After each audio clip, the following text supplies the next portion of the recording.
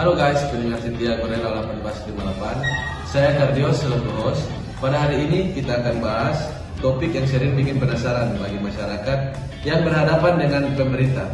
Eksekusi putusan pengadilan tata usaha negara atau yang biasa kita singkat PT-UN. Bayangkan ini, kalian menang gugatan di pengadilan tata usaha negara melawan pejabat negara. Putusannya sudah berkelanjutan hukum tetap, tapi kenapa masih susah dieksekusi? Apakah putusan pengadilan cuma kertas kosong atau ada mekanisme hukum yang kuat untuk memaksa pelaksanaannya? Di episode kali ini, kita bahas secara lengkap, jelas, dan tanpa ribet.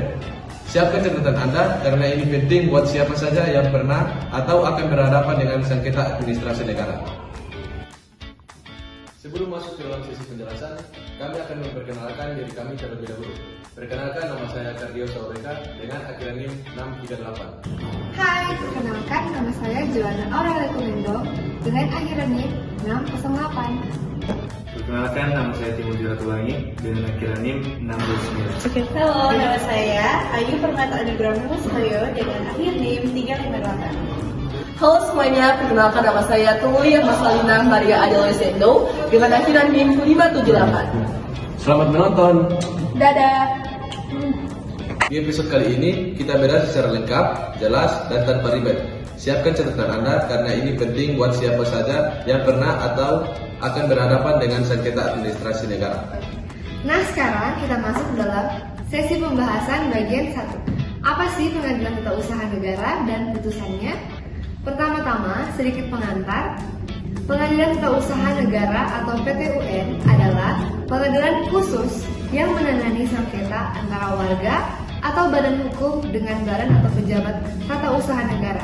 Objeknya biasanya keputusan tata usaha negara atau PT-UN seperti izin usaha, SK, pegawai, pembatalan sertifikat tanah atau tindakan pemerintahan lainnya. Putusan PT-UN yang sudah merupakan hukum tetap atau BHT itu mengikat. Pasal 97 Undang-Undang PT-UN mengatur putusannya bisa berupa yang pertama, menyatakan KT-UN batal dan wajib dicabut dalam huruf A. Yang kedua, mencabut KT-UN sekaligus memerintahkan terbitkan KT-UN baru dalam huruf B. Dan yang ketiga, melakukan atau tidak melakukan tindakan tertentu dalam huruf C. Dan yang keempat, plus ganti rugi atau rehabilitasi. Tapi, menang di pengadilan belum berarti selesai. Yang krusial adalah eksekusi atau pelaksanaan putusan itu. Ini diatur khusus di pasal 116 Undang-Undang Nomor 51 Tahun 2009 tentang perubahan kedua atas Undang-Undang Nomor 5 Tahun 1986 tentang PT-UN. Kita lanjut yang kedua, eksekusi upaya paksa pasal 116 ayat 3-7. Ini untuk putusan yang lebih kompleks, harus cabut KT-UN, terbitkan yang baru, bayar ganti rugi atau lakukan tindakan tertentu waktunya lebih longgar 90 hari kerja. Kalau lewat batas waktu dan masih tidak mau dilaksanakan, yang pertama, penggugat ajukan permohonan eksekusi secara tertulis ke Ketua PT-UN, bisa lewat PTSP atau online via sistem pengadilan. Yang kedua, PT-UN lakukan pengawasan eksekusi pemanggilan para pihak dengan keterangan buat berita acara. Yang ketiga, keluarkan penetapan eksekusi, memerintahkan tergugat melaksanakan putusan. Kalau masih kurang efektif, baru masuk upaya paksa, dikenakan uang paksa doeng song atau yang disebut dengan denda harian sampai patuh. Sanksi administratif sesuai PP nomor 48 tahun 2016 bisa berupa dengan teguran, penundaan kenaikan pangkat dan lain-lain. Panitera umumkan di media massa cetak atau elektronik setempat, biayanya ditanggung dengan pemohon. Ketua PT-UN laporkan ke Presiden sebagai pemegang kekuasaan pemerintahan tertinggi dan DPR atau DPRD untuk mengawaskan atau pengawasan semua ini diatur lebih detail di Juklak dengan MA nomor 101 garis miring KMTWN garis miring HK 2.7 garis miring Juklak garis miring angka Romawi 7 garis miring 2024 tentang pengawasan pelaksanaan putusan PT-UN. Kita masuk di bagian ketiga, tantangan nyata di lapangan sayangnya tidak selalu mulus. Banyak kasus pejabat negara masih cuek atau cari-cari alasan. Kesadaran hukum pejabat kadang rendah, plus tidak ada jurusita seperti di pengadilan negeri yang bisa langsung sita aset. Tapi UU 2009 sudah jauh lebih progresif dibanding dulu. Dulu eksekusi hierarkis lemah, sekarang ada sanksi tegas plus publikasi. Contoh kasus nyata sengketa izin usaha, pembatalan SK, kepegawaian, atau sengketa tanah dengan pemerintah daerah banyak yang akhirnya dieksekusi setelah pengawasan dan ancaman sanksi. Intinya, penggugat jangan pasrah. Ajukan permohonan eksekusi tepat waktu, ikuti prosedur dan gunakan hak pengawasan pengadilan. Kita masuk dalam pembahasan yang kedua, yaitu mekanisme eksekusi. Berbeda dari pengadilan perdata, eksekusi pengadilan tata usaha negara bertumpu pada kepatuhan pejabat tun untuk melaksanakan keputusan secara sukarela atau melalui mekanisme pengawasan pengadilan. Di sini ada dua jalur utama. Yang pertama ada jalur eksekusi otomatis dalam pasal 116 ayat 1 sampai 2. Mekanisme ini berlaku jika tergugat tidak melakukan tindakan apapun setelah putusan berkekuatan hukum tetap. Prosedurnya yaitu yang pertama, setelah putusan berkekuatan hukum tetap diberitahukan secara resmi, panitera mengirimkan surat tercatat dalam waktu 14 hari kerja. Tergugat atau pejabat negara memiliki 60 hari untuk mencabut keputusan pengadilan tata usaha negara yang dibatalkan.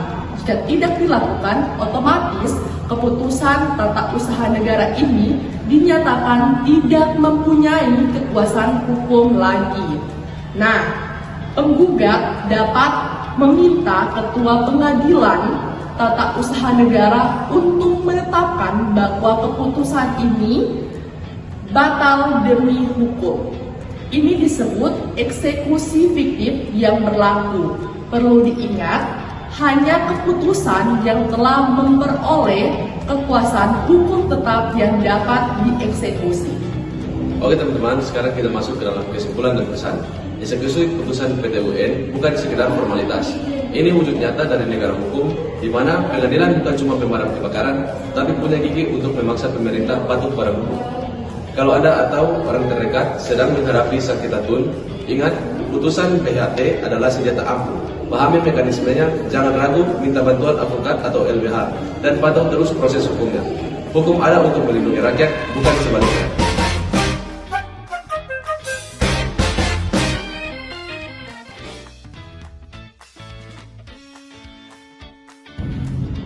Nah, sebelum kita tutup episode kali ini, kita masuk ke sesi yang paling ditunggu-tunggu, yaitu sesi Q&A. Di sini kami sudah mengumpulkan beberapa pertanyaan dan kami akan menjawab secara singkat, jelas, dan praktis.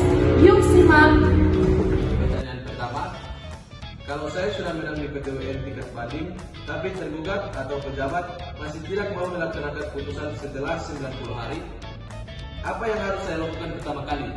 Mengenai hal itu tentunya yang didapati sih langsung aja ajukan permohonan ke eksekusi secara tertulis ke ketua atau pengadilan tempat usaha negara yang memutus perkara tersebut, yang sebagaimana telah dilampirkan salinan putusan yang sudah berkekuatan hukum tetap BHT dan sudah bukti bahwa putusan sudah diberitahukan secara resmi. Prosesnya itu gratis dan ketua PTN wajib melakukan pengawasan eksekusi. Jangan tentunya tunggu terlalu lama atau itu disebut dengan ideal waktu segera setelah melewati batas 90 hari kerja. Pertanyaan kedua, apakah eksekusi putusan PT UN bisa dilakukan secara paksa seperti sita aset di pengadilan negeri? Jawabannya, tidak persis sama. Di PT UN tidak ada jurusita yang bisa langsung menyita barang milik negara. Namun, ada uang paksa atau duang som yang bisa dikenakan setiap hari sampai tergugat patuh. Selain itu, ada sanksi administratif bagi pejabat yang bandel, mulai dari teguran hingga penundaan kenaikan pangkat. Yang paling efektif seringkali adalah publikasi di media massa dan laporan ke Presiden serta DPR atau DPRD. Tekanan publik dan politik biasanya membuat pejabat lebih cepat bergerak.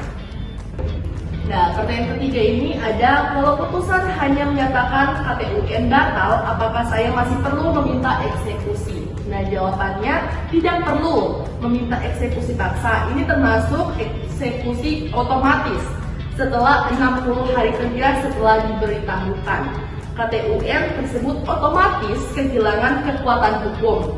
Anda tinggal meminta ketua PTUN mengeluarkan penetapan bahwa keputusan batal demi hukum, dan penetapan ini sangat kuat untuk digunakan di instansi lain. Nah, demikianlah penjelasan dari kami. Terima kasih sudah mendengarkan episode kali ini dan kami pamit undur diri. Izin.